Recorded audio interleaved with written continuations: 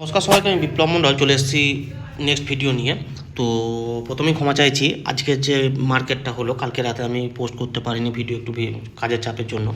তো চলুন, আমি যেটা 6 তারিখের জন্য আপনাদেরকে দিয়েছিলাম, মানে কালকে যে ট্রেডটা হয়েছে সেটার ভিডিও কিন্তু পরশুদিন দিয়েছিলাম, শুধু আজকের জন্য কালকে দিতে পারিনি।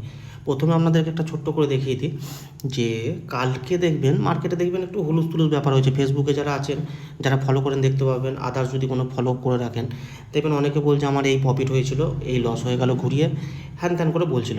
আচ্ছা, এর কারণটা কি জানেন? এর কারণটা হচ্ছে মার্কেট ঠিকমতো ফলো না করা, এছাড়া কিচ্ছু না। যদি বলেন কেন, আপনাদেরকে প্রত্যেককে বলেছিলাম আমি যে বিশেষ করে অপশন ট্রেডিংয়ে তো এটা মাস্ট লাগেই, যেটা আমার মার্কেট সেন্টিমেন্ট। কালকে যদি যদি আপনি ঠিকঠাকভাবে মার্কেট সেন্টিমেন্ট বুঝতে পারেন, আশা করি আপনার অত লস হবে না। কেন? সেটার কারণ হচ্ছে কালকের দিনটা যারা বড় বড় ট্রেডার লস খেয়েছে। হ্যাঁ, তো আমি প্রথমেই বলি, কালকের আপনি এই 6 তারিখের চার্টটা দেখুন। এটা আপনি কী ট্রেন্ড ভাববেন? না আপ ট্রেন্ড গেছে, না ডাউন, কোনো মুভমেন্ট দেখতে পাচ্ছেন এটার মধ্যে কোনো মুভমেন্ট দেখতে পাচ্ছেন? কালকে যে 6 থেকে এই দেখুন, এখানে 7 তারিখ স্টার্ট হয়েছে, মানে এতটা আমার যে চার্টটা দেখছি মুভমেন্ট হয়েছে, এক কথায় সাইড ওয়েজ। এর কারণটা কী জানেন? এর কারণ হচ্ছে কালকে যে মার্কেট ছিল, কালকে সকালেই কেউ যদি নিউজ দেখে থাকেন, যদি ঠিকমতো সেন্টিমেন্টটা আপনারা বুঝতে পারেন তাহলে বুঝতে পেরেছেন কালকে মার্কেট সেন্টিমেন্টটাই ছিল না পজিটিভ না নেগেটিভ, মানে দুটো খবরই কালকে ছিল। কালকে যদি কেউ খবর দেখতেন, যেটা আমরা খবর দেখে সেন্টিমেন্টটা যাচাই করি, কালকে দুটো খবর আপনারা বড় বড় খবর পেয়েছেন। কি খবর?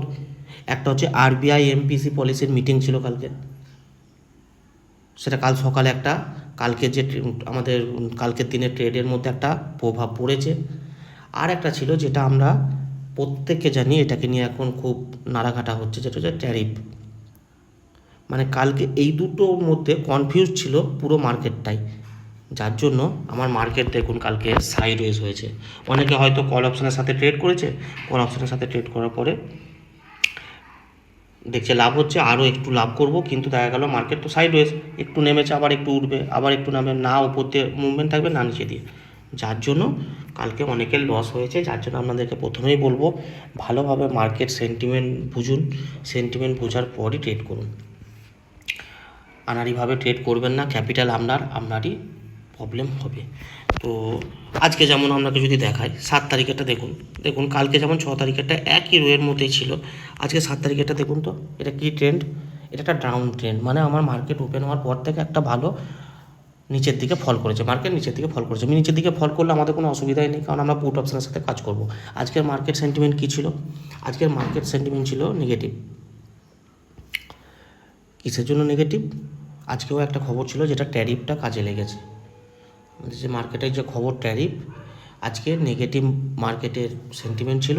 দেখুন ট্রেড কিন্তু আমি এখান থেকে যদি করেছি বা যারা করেছে সবাই কিন্তু পুট অপশানের সাথে কাজ করে বেরিয়ে গেছে।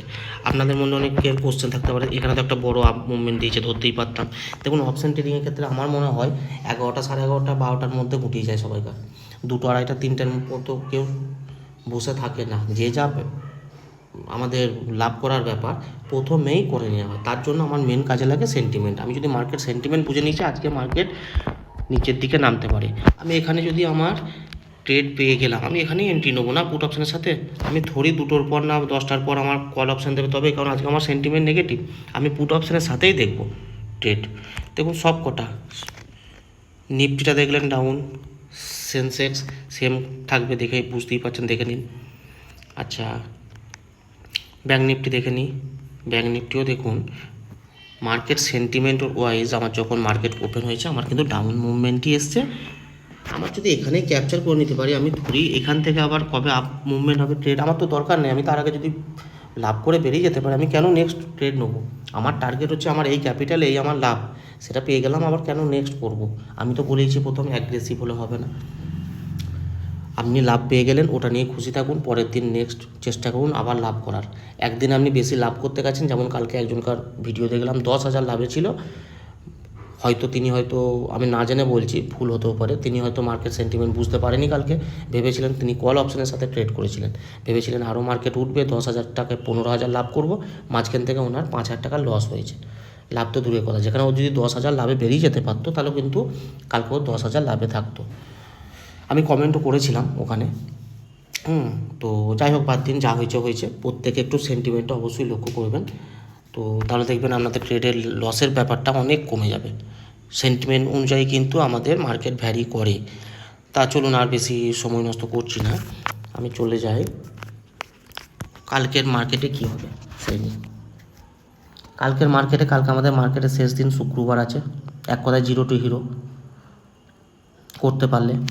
তো কালকে আমার মার্কেটে নিফটি হচ্ছে 24,550,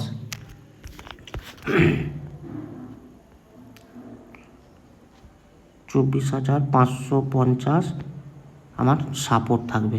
যদি একে ভেঙে মার্কেট নিচে দিয়ে আসে, তাহলে নেক্সট সাপোর্ট পাবো 24,450। ভালো করে শুনে নেবেন, 24,450 পর্যন্ত আমার টার্গেট থাকবে।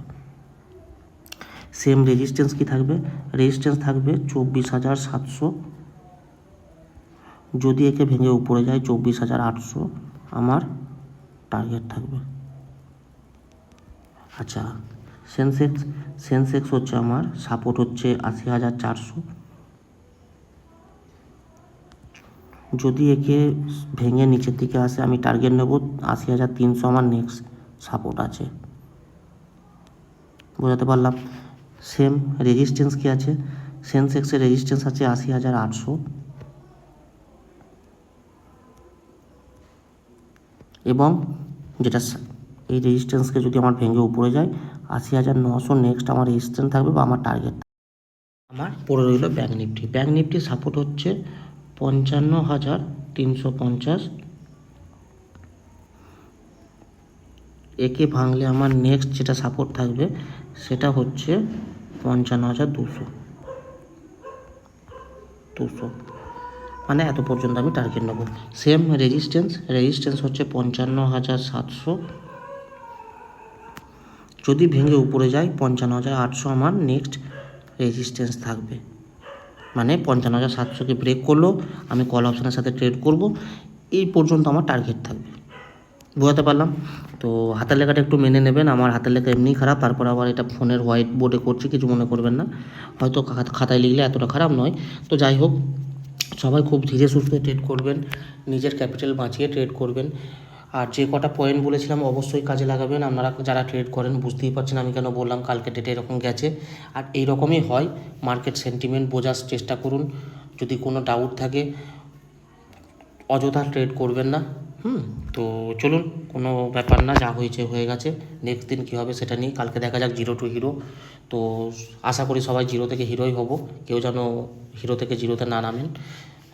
তো চলুন, সবাই খুব ভালো থাকুন। যদি আমার এই ভিডিও ভালো লাগে, লাইক, কমেন্ট, শেয়ার এবং সাবস্ক্রাইব অবশ্যই করবেন।